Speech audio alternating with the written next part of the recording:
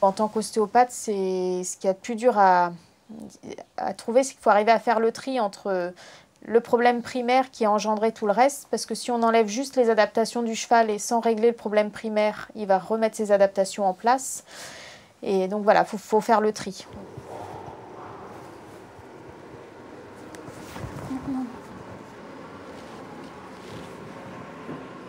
Si le cheval se remet exactement les mêmes tensions en place, malgré le traitement ostéopathique quelques jours après, c'est souvent qu'il y a une cause extérieure. Ça peut être le cavalier qui a une face qui lui peut-être est dissymétrique et incite son cheval à se remettre dissymétrique. Ça peut être la selle qui fait une compression à un endroit ou qui gêne le cheval. Ça peut être un mauvais équilibre au niveau des pieds, problème de ferrure. Quand tu vas la remonter mercredi, éventuellement tu peux lui mettre... je te la rends.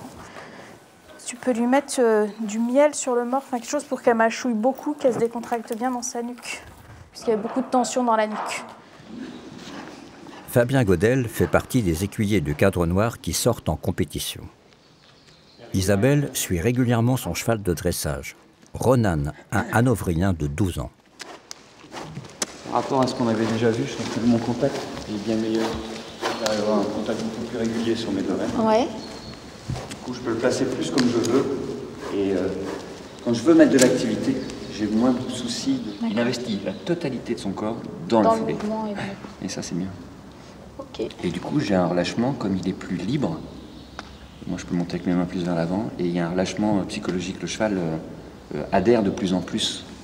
Et plus ça va, plus je trouve que ça devient indispensable pour moi de travailler comme ça, même maintenant.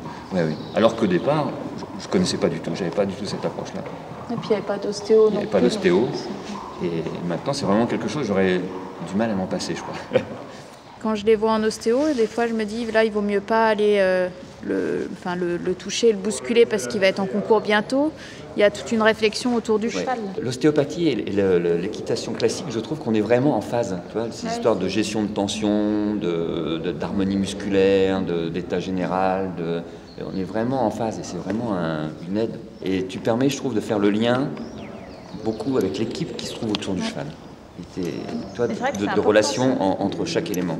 Et ça, c'est assez important. Parce que le soigneur, il est aussi à l'écoute, il va dire, il est différent au box d'habitude, voilà. Je le trouve plus inquiet ou il n'a pas le même comportement. Donc il apporte aussi plein de choses au cheval.